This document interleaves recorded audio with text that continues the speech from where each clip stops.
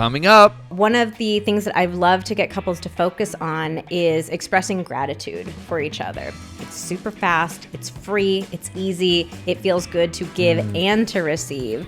So one of the big problems that people do is they feel so embarrassed and nervous to talk about sex that they wait until there's some sort of problem. Have you ever heard of chore play? Chore play? Chore play. Is this a band? No, it's like foreplay, but Okay. you're doing chores as foreplay. So like His love life is talked about all over the internet. He was on Dancing with the Stars, despite not being able to dance. He once wrangled a kangaroo with his bare hands. I did what? He's your favorite reality TV fuckboy reformed. He can make a woman fall in love at first sight. He is Harry Jowsey, boyfriend material. Welcome back, you naughty little pelicans. I hope you're feeling amazing. I hope you're ready for a great episode. Today, we are joined by a licensed psychotherapist, which I actually don't know what that means.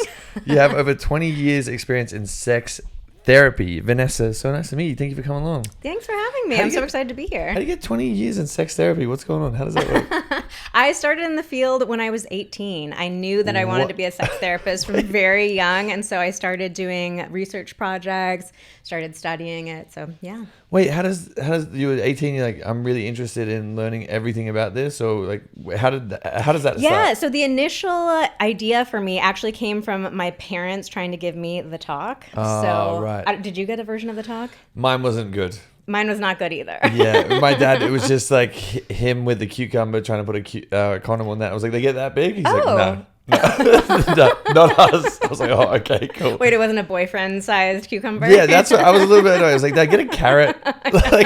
Or a pickle? Like, what are we doing here? And then At least you got some mechanics. Yeah, it was just really little weird. bit of something. Yeah, it was just like that. I don't want to know of it. Like, this is weird. So my version of it was my parents said, if you have any questions about sex, you can ask us. But it was very obvious that what they were really saying is, please, for the love of God, don't ask us anything. We don't want to talk about this. Wow. And so that moment really stuck with me because I did have questions at that time. I was hearing stuff on the playground from my friends. I'd actually just made a bet about how many holes a lady had down there with my friend. And I lost. What is it? You don't know? Isn't it like 6? How many holes? 6? Like 2 behind the knees as well, right?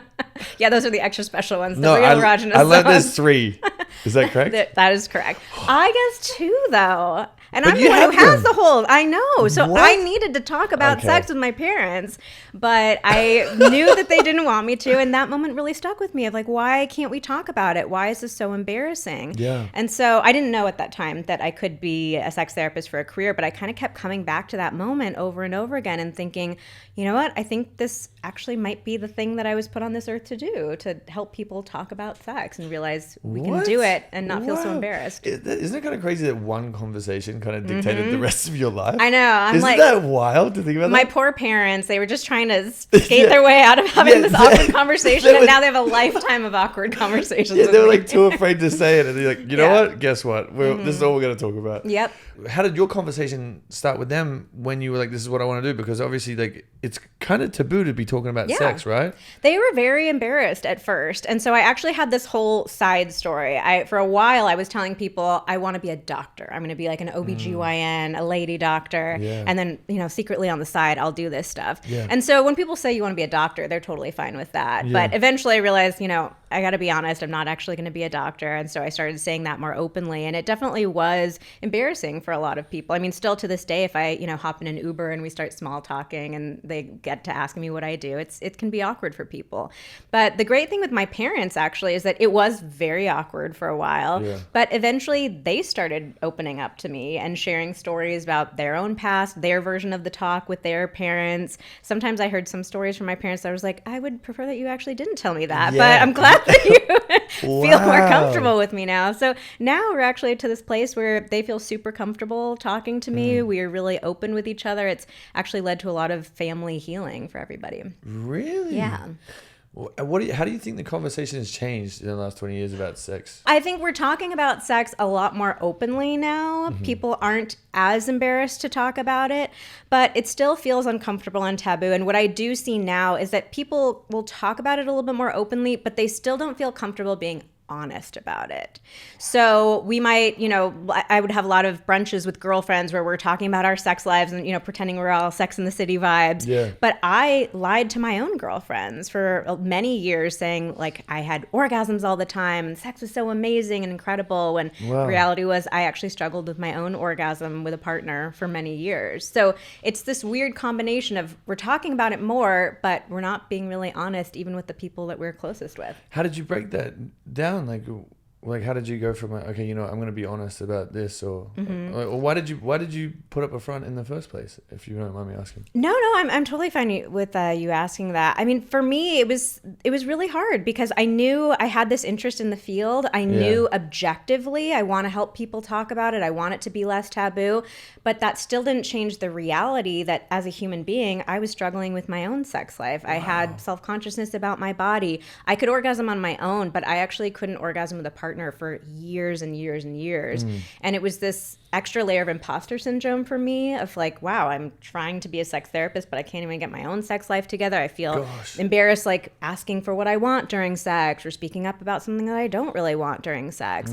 And so it just felt like this disconnect of I want to do it, but I don't have the tools to figure out how to do it. And so that's eventually what I realized was missing and that I wanted to work on creating is the tools to actually help people get more comfortable and confident in their own body, in their own skin, with sex. So it was a long journey that I had to go through too. And still even to this day, there are times that I find myself feeling kind of shy or embarrassed or awkward. Yeah, sex is awkward. Very awkward. Yeah. So looking back, what advice would you give yourself or the younger version of yourself that was struggling in that department? I would tell her it's worth trying to be vulnerable now. Yeah. I know it feels scary, but honestly, that's how we connect with people, when we really get vulnerable and we share things with them. And I would have told her, tell your girlfriends what you're struggling with, because I promise you at least one of them at this table is also having that same struggle. And when we can be open and honest and share that, like that's how we connect. That's how we help each other all feel less alone. How important do you think sex is in a relationship? Incredibly important. Okay, cool. I think we have this tendency to downplay it. We think of it as just this physical act, like, oh, it's just sex. Yeah. Like there are other things that are more important. It almost feels superficial in a way, like the same way that you would talk about, oh, I want somebody who's attractive. Like it feels like something we shouldn't pay as much attention to. But I think sex is so much more than just that physical act. Sure, it feels fun. It's exciting to connect, but sex is also a way that we experience intimacy with somebody. If you're in a committed monogamous relationship, it's this thing that you do with only that person. They're the only person in your life that you do it with. It's a way that we play, that we are creative, that we express ourselves, that we discover ourselves. Like there's so much intimacy and exploration within sex. It's not just putting body parts in other body parts. One of our biggest questions that we do get with our listeners is they're a little bit nervous to how to have those conversations about like what isn't working, what is working. What's the first step to at least like break down that door? Yeah. I'm curious to know for you though, have you had some really awkward conversations about sex with partners? All of them. Okay. What was awkward about them? Is there any like really bad memory that sticks out at you of, oh my God, I can't believe we had that conversation, or I wish that would never happen again? Oh, to be honest, I think with me, I'm like to be serious, I think my thing is I'm just an open book with everything. So I've just been like, I'm kind of just like laugh at everything. Maybe it's awkward if they're just like, why is this dude just like giggly? Like, doesn't care. I think maybe like sometimes it's been awkward. Like, oh, okay, if like I finished a little bit too early and then I'm like, okay, I'm embarrassed. Like I want to get you done. And it's like, well, no, now it's like lost the momentum. But I think usually like I'm just pretty much just giggly and I'm like, okay, fine. Like, well, I'm an open book with everything. That's good. I hope so. That's a huge strength that you have. Okay. So one of the big problems that people do is they feel so embarrassed and nervous to talk about sex that they wait until there's some sort of problem. There's a complaint that they have. There's something that's bothering them. And so they launch into that. Like, why do you always come so quickly every time we have sex? Or why are you never initiating with me anymore? You never seem to want to have sex. And so, of course, if that's the first conversation you're having with a partner, that's incredibly overwhelming. Like, as the person saying it, you're not even going to feel good saying it because you're upset and angry. But as the person hearing it, it's going to hurt your feelings. It's going to make sex feel like this really scary, unsafe topic to talk about. So that's most people's first experience talking about sex with their partner. So instead, what I recommend is we got to go the exact opposite direction. Sex is a challenging topic of conversation, so we have to get comfortable with it in a general sense first before we even start talking about any sort of problems, criticism, complaints. So start talking about sex in a positive way. And one of my favorite ways to do this is don't talk about your own sex life. So like my husband and I have an Instagram account. We're at Vanessa and Xander. We design our content specifically to open up conversations between partners. So you can send your partner a funny reel and be like, oh, wasn't this like, this made me laugh? Or maybe smart. we're doing like advice where, you know, a woman writes in and says her husband never wants to have sex with her. You can look at the post together and you're not talking about your own sex life. You're like, oh, we're just looking at what is this advice that they gave to this other couple. So it just kind of gets you more comfortable with it as a topic of conversation, and also talk about positive experiences too. So after you've had a great sexual experience, like tell your partner that was so much fun. I feel so close to you. I loved when you did X, Y, Z. Even if your sex life hasn't been great right now, maybe it's talking about positive memories that you had in the past. Like, hey, do you remember that anniversary trip that we had, that hotel we were in Mexico? We didn't leave the bed all day. Like, you want to talk about it in a positive way. So you're building this foundation and showing each other like, hey, we can talk about sex and it can be fun. Yeah, because I think anytime like, Anna, isn't she perfect? She's so cute. Come back to me. Yeah, steal her. Yes, please. I think like anytime like you have the conversation and it feels a little bit like aggressive or like built up after a while, it's so deflating, and then you just don't want to be involved. Right, You want to take a step back. You're like, I don't want to talk about sex ever again. So we have to have those positive experiences. We have to have lots of positive ones before we can start talking about the more challenging stuff. Especially when it's such a vulnerable thing, and then you feel like you've just been kicked down. It's like, oh, okay, well, I never want to do this again. Yeah, here she goes. Yes, kisses. Okay. I was just, yeah. We can talk about foreplay next. Yeah. Oh my gosh, you're really going for it. She's really so going clicky. for it. Yeah. Hey, don't eat it, you little goose. On your website, you offer a course called The Art of Initiation. What does that mean? How does this work? Yeah, so this is all about how to initiate sex with your partner, which I really think is one of the most important skills that people need to do. And most of us don't really know how to do it. Like, we never even see any good example. Like, think of every sex scene on TV or movies you see. The sex, like, just happens. See, there's never any initiation. I'm a pure soul. I always look away. No, you don't. Close my eyes. So I think it's really important for us to learn, like, how do we actually get those moments started? Because initiation, it should feel like an invitation. It should feel like something that your partner wants to say yes to. But so often, especially in long-term relationships, a lot of us are initiating in ways that are not very exciting. It's like, hey, you want to do it? Or like, it's been a while. We really should. Like, who wants to say yes to that, right? Me. No, you're right. Yeah. But like, what I found is that when we can get initiation right, it can also solve so many other issues. Like, if you're starting it on a good note, like, you're more likely to have a better experience, to feel more connected, to have more pleasure. Your desire for sex is going to get higher. You're not going to feel resentful of each other or frustrated with each other. There was actually some really interesting research that just came out that found that when a couple has a great sexual experience, there's a literal afterglow that lasts from anywhere to 24 to 48 hours. Wow. We feel good. We feel closer. We're more intimate. We're more patient with each other.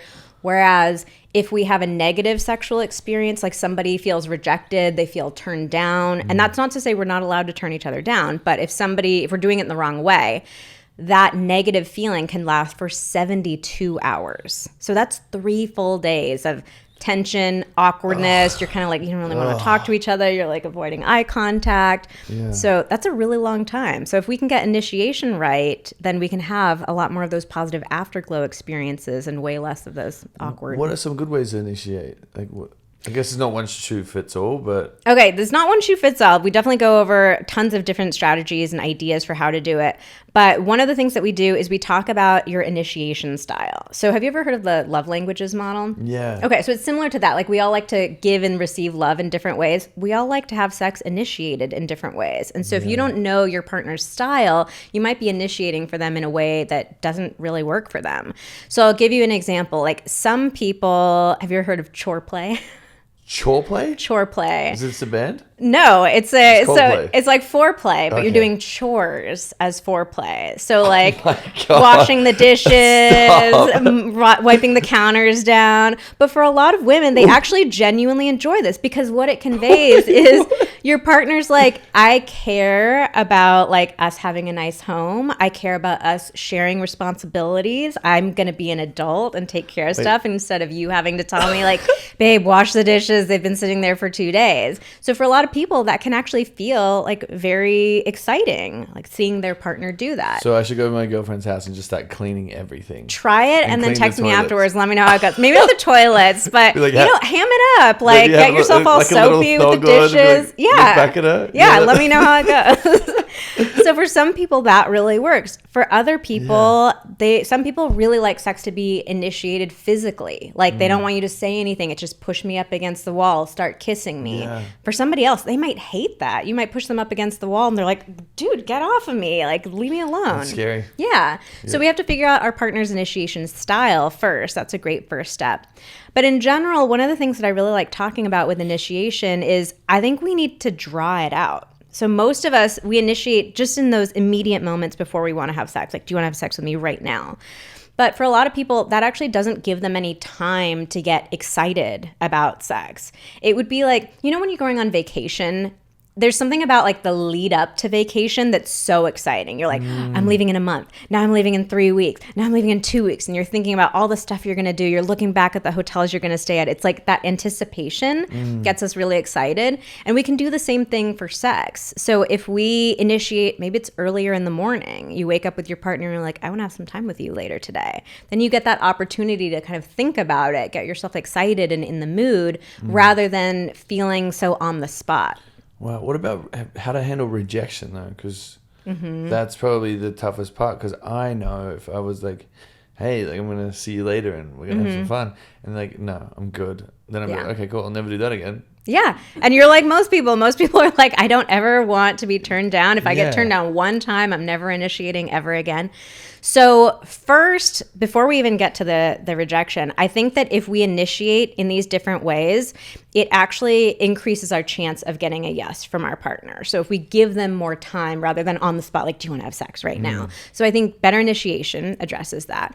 But let's say somebody really doesn't want to have sex with their partner. They're just not in the mood. There is a skill behind turning our partner down for sex. So most people feel so uncomfortable turning their partner down that they make it pretty abrupt. Like, no, I don't want to. Oh, I hate that. Right? Or like my just God. kind of, or sometimes they let me, like, right? I know. You're like, Wow. or they might even tease you, like, you want to have sex right now? Like, Oh my how could God. you, right? It feels These are awful, horrible. Yeah, right? I'm gonna cry. So we don't want to do it like that. Or Yeah. what I think is even worse sometimes is like pretending you didn't even notice that your partner initiated. You're like, oh, that just feels so bad. Then you have to decide, like, do I want to say it again or just leave it? Oh, no. So instead, what I think is so much better is to let your partner know the specific reasons why you're not open to being intimate with them. Because the reality is that we often say no to sex because there's something else going on. It's not that we're ever saying no because we're thinking, my partner's so ugly or my partner's not sexy or I don't want to be with them. It's usually like, I have a stomach ache. I'm worried that I might fart in the middle of sex. I had a should fart. horrible day at work. Let it out. Right? And so if we share with our partner, like, hey, I really appreciate that you initiated with me, but I just have such a bad headache right now. My stomach's really killing me right now. Like, I'm just not open to it. But how about I initiate with you next time, like when I'm feeling better? Oh, that's So nice. it's like a gentler, it's much softer. You're acknowledging, hey, I appreciate you initiating. I know that took vulnerability. I'm glad that you want to connect with me. And then you're also offering that you're going to take on the vulnerability of initiating next time. So I'll, give me 24 hours. Within the next 24 hours, the next 48 hours, like I'll come initiate with you. I think that can all be super, super helpful. And then another thing that you can do is suggest something different that the two of you could do instead. So oftentimes when somebody turns their partner down, there's this awkwardness of like, okay, well, I'm going to go over here now, like see you later. And you're like, going to opposite ends of the apartment. It just feels really strange and awkward. But if you were to say, I'm not really open to sex, but what if we made out on the couch? Or what if we like go for a walk around the block and hold hands? Like, you're suggesting something else that the two of you can do together that's intimate, that's close, so you don't feel like the door's just been shoved in your face. Is there anything that comes to mind with like the top reasons why maybe some couples aren't having sex? I know you said like maybe stomach issues or whatever else, but The farting, yeah. and the farting, Just like, farting. which wouldn't hold me back.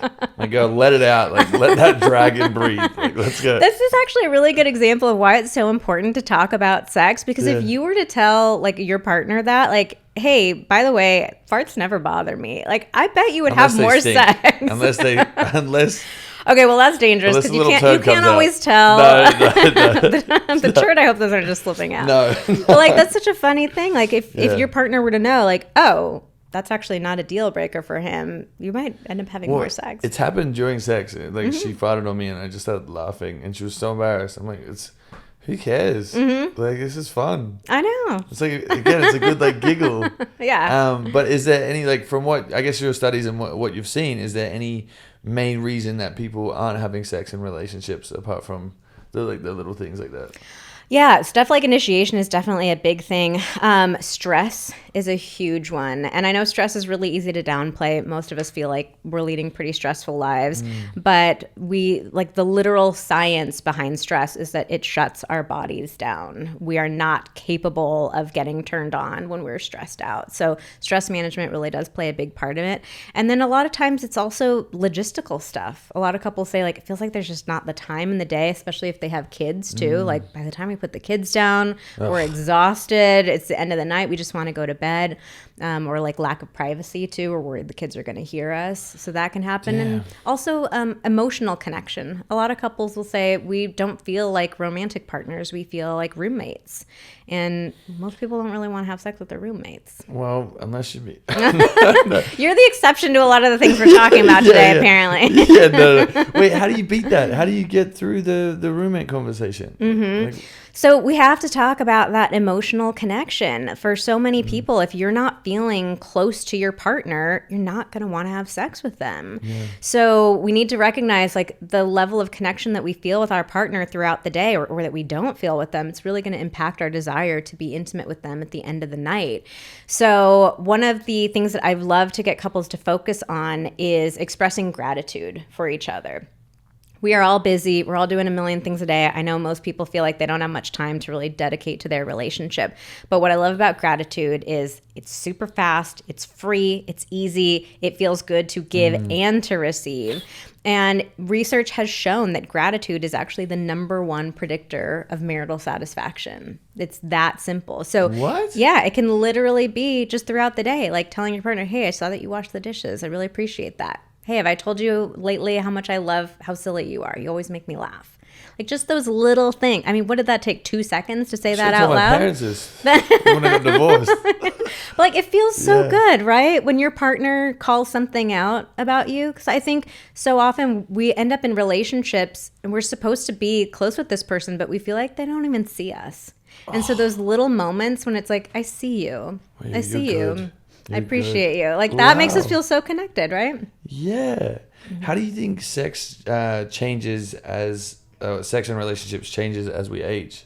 Ooh, that's a great question. A lot of people are really afraid of this. I get questions all the time, people asking like, what age does your sex life totally die? I'm like, well, we don't have to stop having sex. Yeah. So of course, like, our bodies can change. It can take you longer to get an erection. Maybe your erection is not as firm as it used to be. Sometimes we can take longer to reach orgasm. So changes like that can happen. But research actually shows that people can enjoy their sex lives well into their later years. We've studied our community. We polled about 70,000 people and asked them about their sexual frequency and their sexual satisfaction.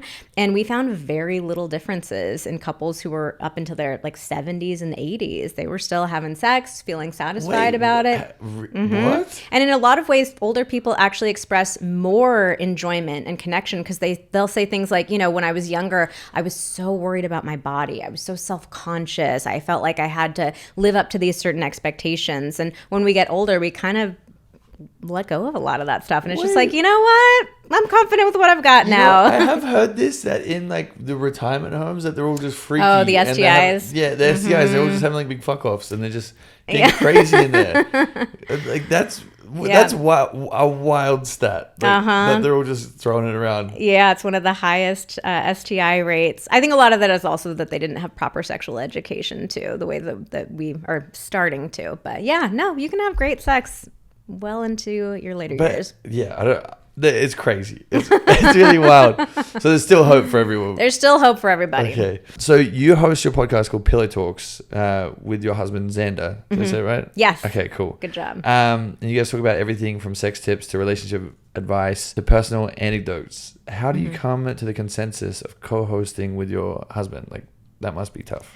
Yeah, so I started this business by myself, and he was working in tech, like never ever thought he would do stuff like this. But as I started building my business up, I kept getting the feeling that it was important for us to talk about our relationship, because at this point we've been together, it'll be 18 years this year.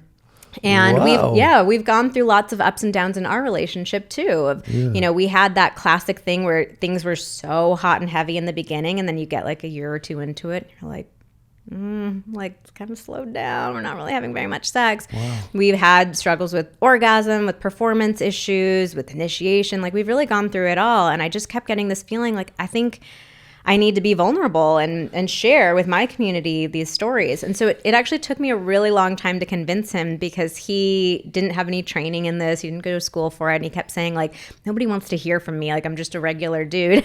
And I kept saying, you know, I think that's the point, though. Like, I can give the expertise, but people want to hear from other real people and other real couples who have been through this kind of stuff. So he joined the business at the end of 2020, and we just got such a great response right away. Like, people said, this feels so much more comfortable for me to share stuff with my partner now, that we can, you know, learn from the two of you. A lot of men, you know, feel more comfortable knowing there's another guy there. So it's been really fun, and it's really helped our relationship too. The more that we talk about sex with each other, the closer we get, the more intimacy we experience. Wow. So it's been super, super fun. Yeah, I can't even imagine having to like save conversations with your husband. Be like, oh, we have to do the podcast. Like, that must be really difficult. Has there been any struggles that you guys have like came into, like having the podcast, or has it all been great? I mean, overall, it's been really amazing. Yeah. I mean, we definitely navigate how much of our private lives to share. And maybe you go through this too, where it's like, you know, you want to be vulnerable and real and share with people. And I think you said you're an open book, but sometimes there are things that you're like, ooh, maybe I should have kept, you get a little vulnerability hangover the next day. Like, ooh, maybe we shouldn't have shared that. But ultimately, like, we see the impact that we're having on our community, the stories that we hear from people, and that really keeps us going. Like, we shared, I think maybe just about a year ago, we did a podcast about how he was struggling with addiction and is now sober. And that was a really, really challenging, like super vulnerable thing for him to share on such a public platform.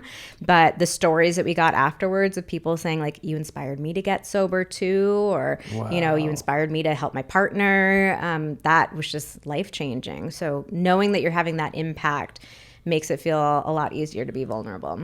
Has it made it awkward with friends, like for conversations, or have they all been like, hey, like, we love this No, episode? It's been great with friends. Okay, yeah, it's been super cute. Because my sisters listen to this and I'm like, oh fuck, like, I don't want to say the wrong thing. And even like people at Netflix listen, and I'm like, guys, like, you sure? Like, thanks for tuning in. His mom was listening to our podcast for a while, and I was like, just don't. You can listen, but don't tell me. I don't ever want to know that you listened. Don't tell me about it. So sometimes I have to like tune some of that out. But, it's definitely ruined relationships for me. Some girls be like, why did you say that? Or like, that like really ruined relationships? Yeah, because even like some stories, I've been like, well, I won't specify a date, and like I should specify like, hey, this was 2 years ago, this was like 6 months ago, whatever else.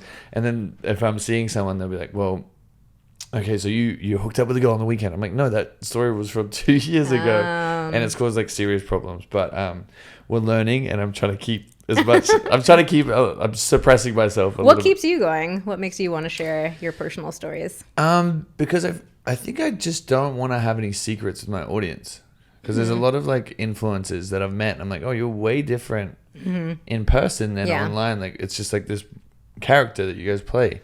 And I realized that once I came off the first dating show, is that because on these TV shows you only get to see like 10% of your personality. Like one episode is every 3 days. Yeah. I came off like, I'm just gonna tell everyone everything. Like I don't want to have any secrets, and I want you guys to just like really figure me out and see if we want to be friends. So then I kind of just overshared a little bit too much. I was like, well, I can't really pull back now because now they know everything about me. And then it got to a point where I was just like, well, again, like who really cares? Like at the end of the day, we're all gonna die. So like, and I also want people to look at me and be like, okay, well, I'm either gonna do that or not do that, or learn from Harry. Hopefully, learn from my mistakes, because I make a lot of them.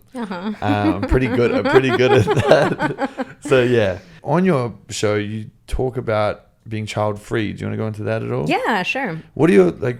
How did that conversation come about? And was that an easy or a hard conversation to have with your husband?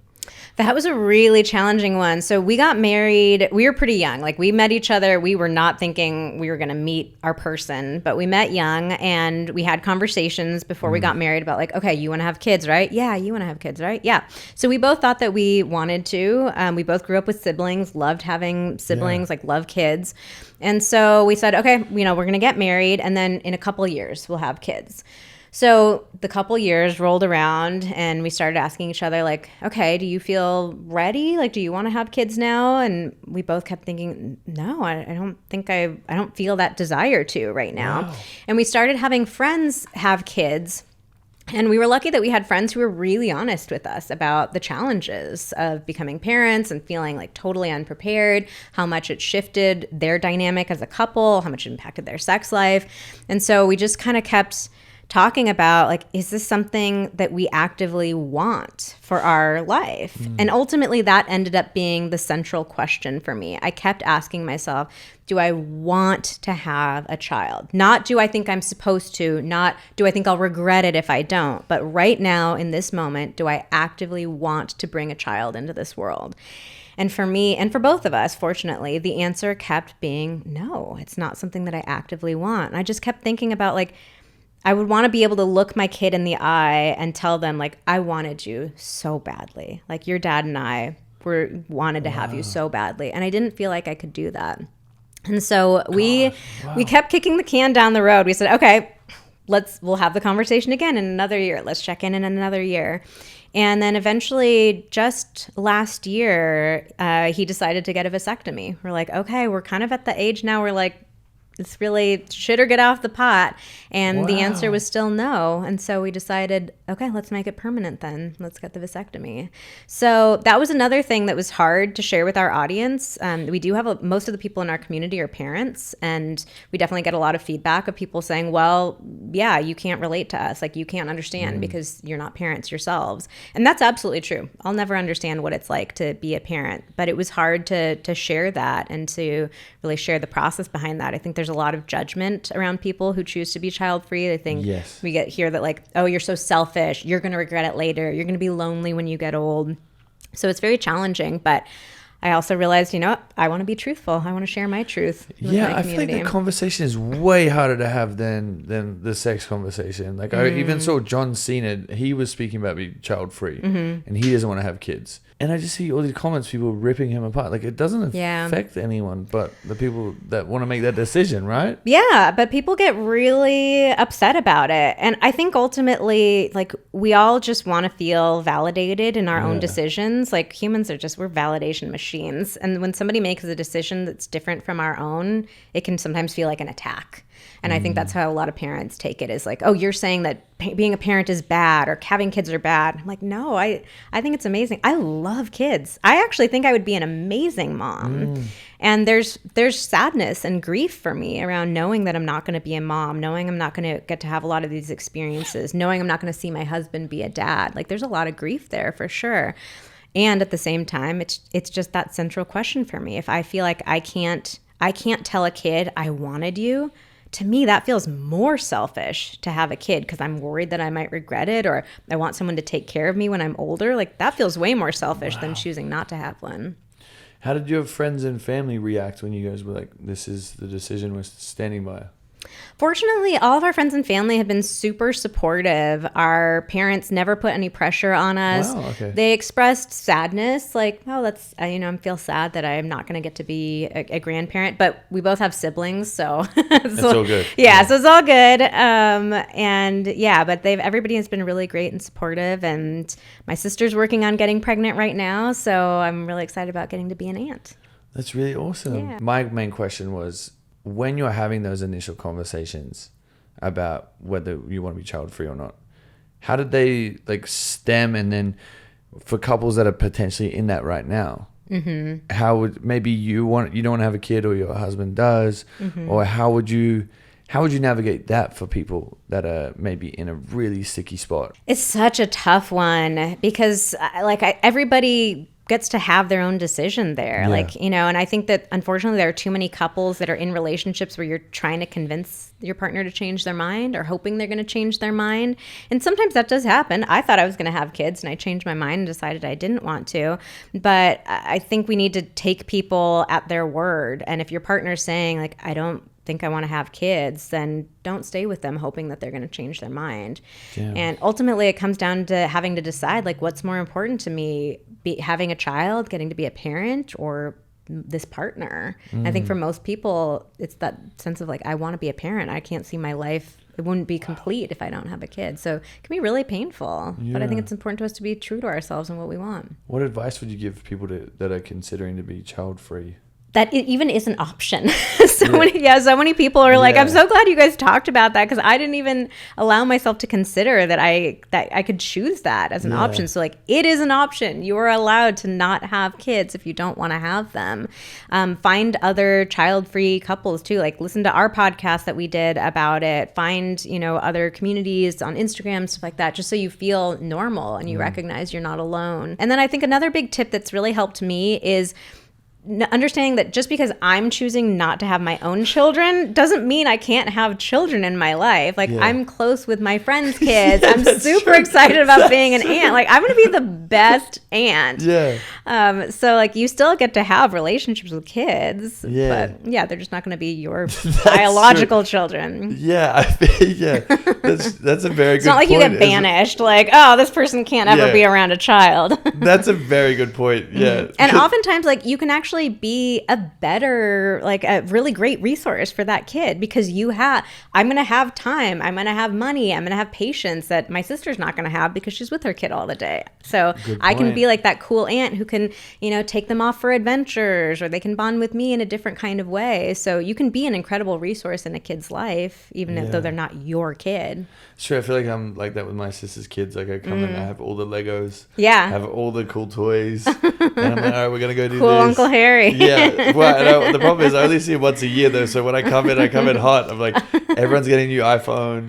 Like, that's fun. I know. But then I look at the bill once I leave. I'm like, why did I do it? Because there's so many of them. I've got 4 sisters, and they've that's a lot. There's a big litter. There's a lot of kids. You were the only boy on 4 sisters? I've got a brother as well. Oh, okay. And he hasn't popped any kids out yet. Do you want to have kids? Yeah, I really do. I think, but the thing is, when you were talking about it though, like, I did feel a lot of pressure from my parents. Like, when my dad was on his like last legs, he was saying, "You'd be a really good dad," and it sucks that I'm not going to be here to see you become a father. And I was like, oh, damn. Like, but I also think it is kind of my calling. Like, I really would love to be a father. I think being around my sister's kids, and it's just exciting, but. Again, I've never thought the other way though. I've never thought about like, oh, what about a child-free life? Yeah. So I'm not sure. Like, this is, I guess, is why it's a good conversation to have. Like, I think allowing yourself to even consider it or to picture what it would look like that makes your decision one way or another even stronger. Yeah. Like, if you think about what your life could look like not having kids, and you decide, no, I still really see myself as a dad. Like, you're going to feel that much more joyful about that. You're like, I've consciously made the decision. I'm not just doing this because my parents pressured me, or I feel like that's what you're supposed to do. Like, I decided this for me because I want this. So that's a really good conversation to have, because I don't think anyone's really doing it, right? Like, no one's really talking about this stuff. Yeah, it's so important. And then now I'm like, well, yeah, I think I really do want to do it. Okay, so let's talk about your book, Sex Talks. Did you guys write it together? We did. What? Yeah. Okay. Why are you guys doing everything together? Maybe we need to talk to somebody about that. No, Yeah. no, You I guys just really thought love each other. we do. I thought it would be fun to. I wrote the majority of the book, and he wrote little sections in each chapter, kind of giving the male's point of view or like the partner's point of view. Because again, it just feels important to us to be able to talk about real stuff like as a couple and to share both of those perspectives. So it was a really great experience writing it together. So the book is all about how to talk to your partner about sex, because everybody's heard that advice, right? Like people say it all the time. Oh, you just have to talk to your partner about it. But the problem is nobody ever tells you how. So you're like, okay, well, how do I say this? What do I say? When do I bring it up? What are the words I use? What do I do if my partner doesn't respond very well? So we wanted to make a super practical book. I'm a really practical person. Like I want people to have specific things to do. So we wanted to have a very practical book about here's exactly how to talk about sex. No generic advice, no vague advice. And so we broke it down into 5 conversations that we think every couple needs to have. So the first one is acknowledgement, and that's literally just getting comfortable with it as a topic of conversation, like you and I talked about earlier, like building that foundation. You're not going into the tough stuff right away. The second one is connection, which we talked about as well. Like, what do we need to feel connected to each other so that we want to have sex with each other at the end of the night? Then we have desire, which is where we talk a lot about initiation too. Like, how do we get that excitement going to be intimate with each other? Then we have pleasure. How do we make sure the experience is good? Because that relates to the desire too. A lot of people will complain about having low or no desire. And one of the first questions I ask them is, well, tell me about the sex that you're having then. And they'll describe sex that's not very good. So it makes sense to not crave something that is not a good experience. I like to compare it to mushy broccoli sometimes. I'm like, do you ever wake up like just craving a bowl of mushy, overly steamed, unflavored broccoli? Never like, in my life. No. Yeah. And you don't think anything's wrong with you. Yeah. You're not beating yourself up about it. Like, why don't I crave it? Well, a lot of people are having sex that's the equivalent of some mushy broccoli and feeling like something's really wrong with them for not wanting it all the time. So we've got to solve the pleasure issue first. And then the final conversation is exploration. How do we keep it spicy? How do we keep trying new things? How do we not get bored of doing the same old thing with each other? How do you not get bored? Like, yes. Like, how do we do that? We do have to do new things. Like research does show, I know everybody hears that advice, like keep it spicy, and it sounds kind of trite, but research does show that when we try new things with our partner in and out of the bedroom, our brains really light up. Like we love being able to see our partner in a new way. Because so many of us, like you get into a long-term relationship with somebody and you start feeling like you know them, you can predict them, you've heard their same stories a million times over again.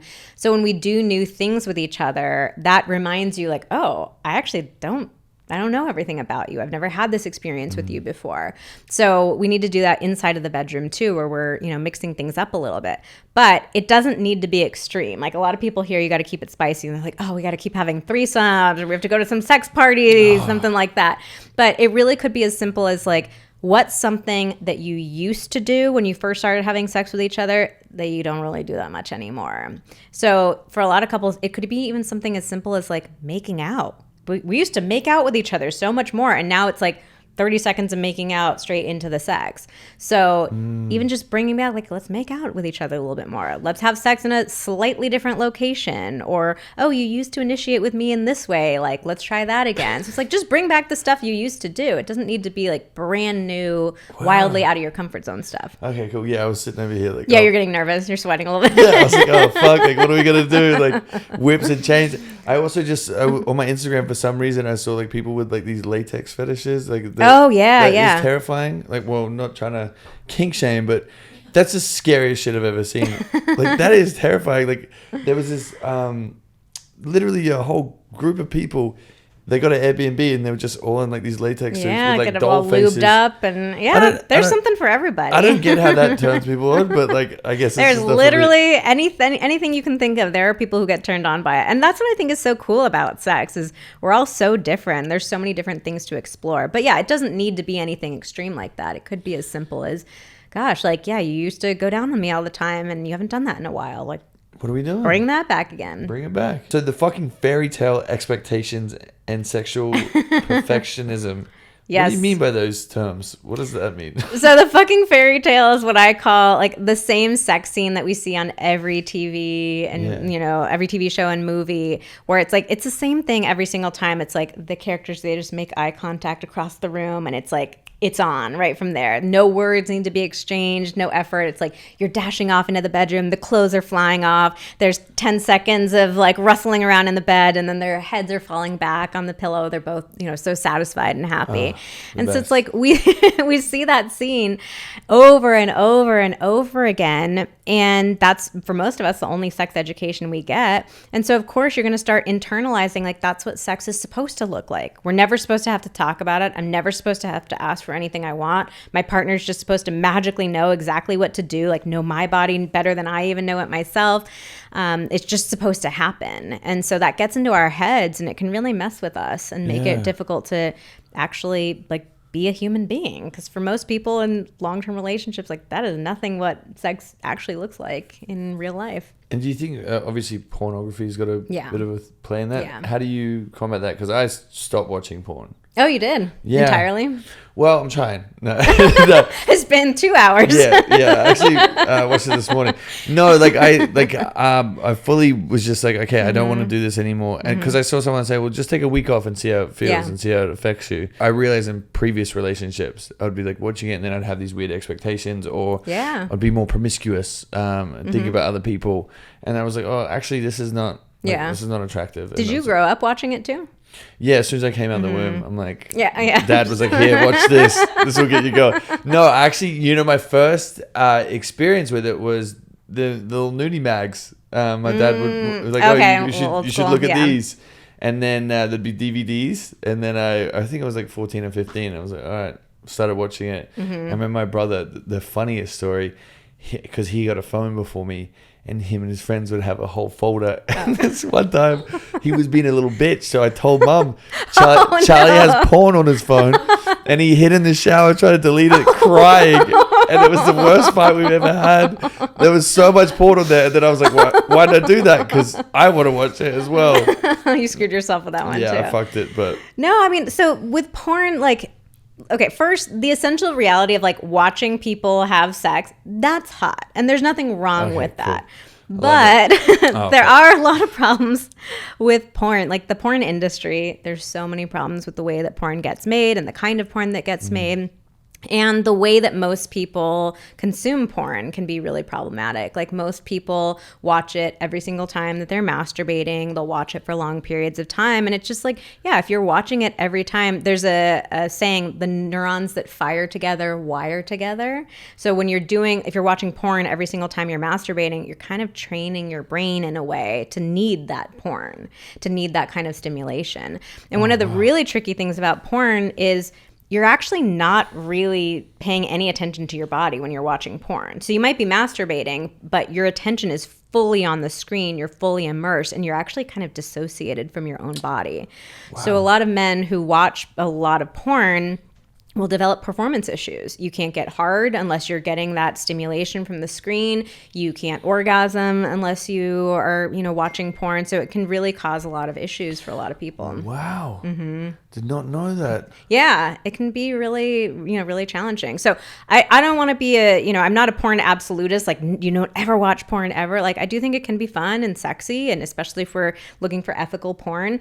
But at the very least, I'd say like, half and half. Half the time masturbate with it, half the time don't use it. Like give yourself time to really connect with your body and actually explore your own body. What about porn with a partner? Do you think that is that can be No? fun. Okay. It can be fun for sure. But again, I would keep it like make sure at least half the time you're not watching it. Do you think there's a way to incorporate it into a relationship, like pornography? Or I think it can be fun to watch as like foreplay to get yourselves turned on. It can open conversations too. Like we have to also be realistic. Porn sex is not how sex looks in real life, but maybe there's a certain position that you see that you're like, oh, I'm kind of curious about trying this, or you see them playing with a certain toy or something like that. Like that can be great. But yeah, in general, like we don't want to look at porn sex and think that's the way that we're supposed to be having sex. I heard somebody say once, like watching porn and thinking that's how you learn to have sex is like watching Fast and the Furious and trying to learn how to drive through that. Like it's not the same thing. Okay, good. It's not how real life works. Yeah. We've had discussions in the past about social media etiquette in relationships. What are your feelings on, I guess, guys following hot Instagram models or girls following like super attractive guys, and how we go about that? Have you got any strong feelings? That's a really tricky one, and there's no right or wrong answers. Like, I'm really big on couples making their own rules and having conversations with each other about what, feels good or doesn't feel good for them. So I think that that's something that every couple should talk about clearly and explicitly. You think because at the start, or just when it becomes... I would say once you're starting to become serious with each other, like you're committed, you're in a relationship, like at that point you can start talking about it. But in general, like, yeah, I think that I understand. Usually what we hear about is women feeling upset about their male partners watching stuff. And I can understand, like, you're following this certain account just for the point of getting turned on. You're creating this like weird parasocial relationship with somebody that you don't really know. And a lot of times we'll hear from those same women, like, my partner's not initiating sex with me. Like, I'll initiate and my partner will say no, but then I'll hear him in the bathroom, masturbating. I'll catch him on his phone. I think that's really when you get into the problematic issue. Like, there's nothing wrong with still being attracted to other people when you're in a relationship. Like, we're still human. We still have functioning eyeballs. You're going to be attracted. And you can also like take that energy, that flirty energy that you might have, and like bring it back into your relationship. But if you're turning your partner down, or you're choosing to spend time with people on the internet rather than your living, breathing human partner, I think that's when you got a problem. Is there a tip that you have for fighting high expectations in relationships? Sexual expectations, or just in general? Either or, if there is a different tip. I mean, I think people should have high expectations.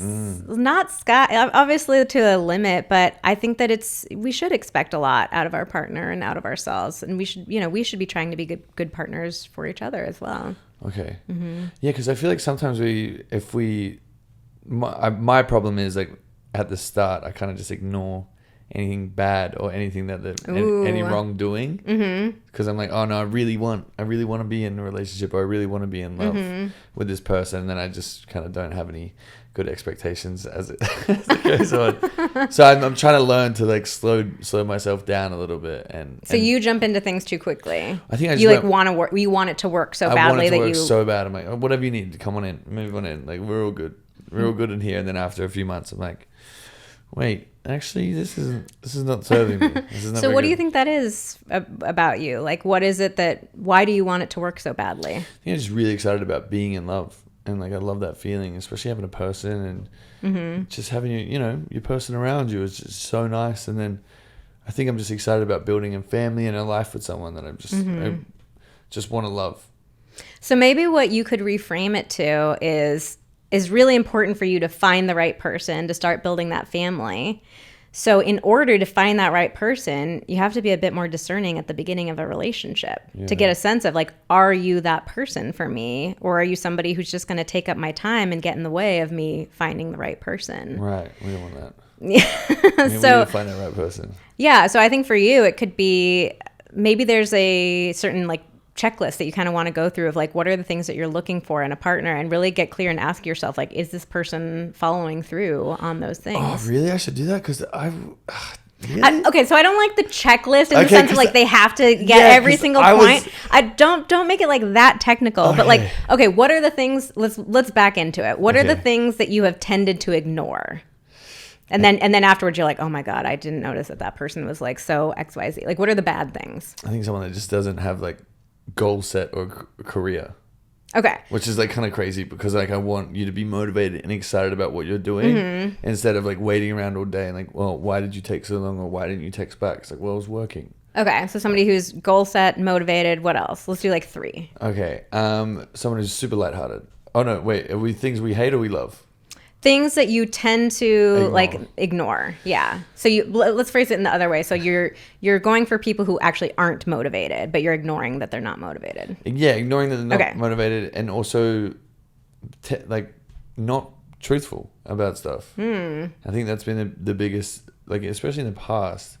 There was things like there was one person I was seeing, and as soon as they had left me, they started messaging this other guy, and then they'd screenshot the messages of him messaging her, and it was like, look at this guy, didn't you want him on your podcast? And I was like, wait. But then I'm like, I know his girlfriend. So I text the girlfriend, and then got the actual screenshots.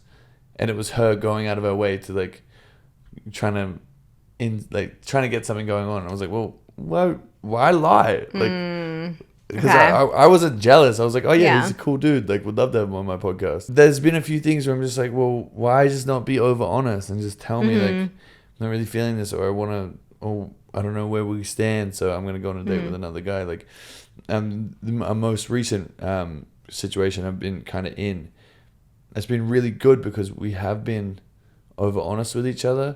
But then that's also caused like a little bit of like, oh, I don't know if I'm sharing too much. And then when I potentially do share a little bit too much, like, why are you telling me this? We're not in a relationship.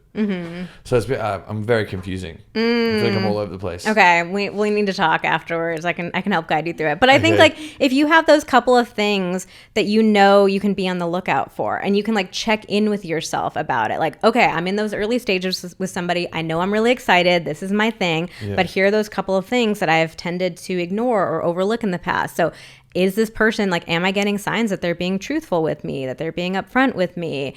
Am I getting signs that they're, that they're being lighthearted and like playful and fun? So it's kind of like a check for yourself in those times. Like, I know I have this tendency to do this pattern. Let me check and make sure I'm not doing it. What made Xander husband material or boyfriend material? Is there?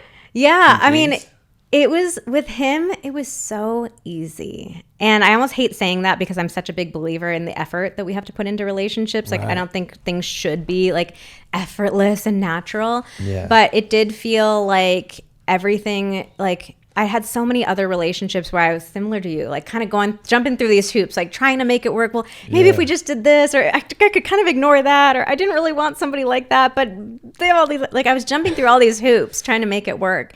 And when I met him, I just got this feeling of like, I don't have to do all the jumping.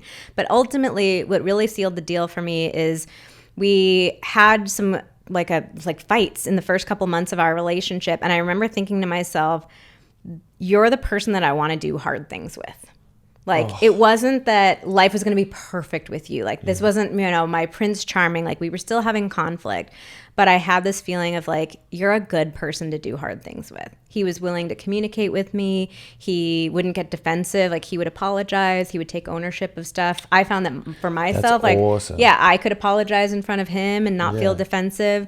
And I just felt like, life is hard. Life's going to throw a lot of curveballs at us. And this is a good person to have on my team getting through that. Wow, that's a really good answer. That is a really good answer. Do you think I'm boyfriend material?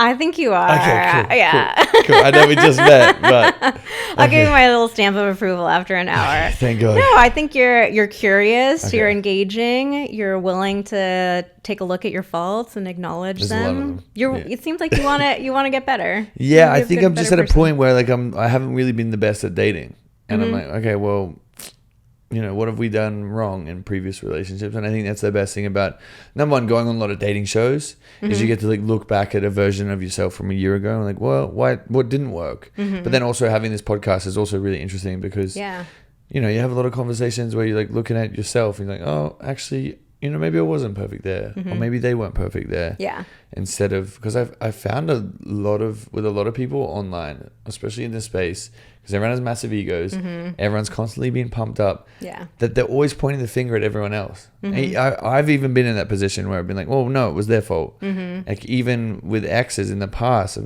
I've seen how they've reacted, and it's, oh, Harry did this, Harry did that. I'm like, well, you also weren't amazing. So it's very interesting to see. Also, like either all these other public breakups, everyone's always pointing the finger. I'm like, well, just say you weren't perfect either. Yeah. And we're not, like, none of us are. But we can learn from each other, and that's the best thing. Just found online, it's just so toxic. Yeah, I think it's the learning from our mistakes. We're all human. We're all going to make mistakes, some really big mistakes, sometimes a lot of mistakes. But as long as we can keep learning from them and trying to do things differently, it's that awareness that's really important. Well, that's it. Thank you so much for coming on. Any final words? Anything you want to plug? Well, yeah, I'd love to connect with anyone from your community. You can find me on Instagram at Vanessa and Xander, and we have a ton of amazing courses and guides at vanessaandxander.com. We have like ultimate foreplay guides, ultimate sex guide, all sorts of fun stuff, and you can check out the book at the website too. It's vanessaandxander.com. Check out the book. If you did enjoy today's episode, please give us 5 stars. Please listen to their podcast. We really appreciate you, and we will see you again next week. Love you loads. Thank you so much. That was great.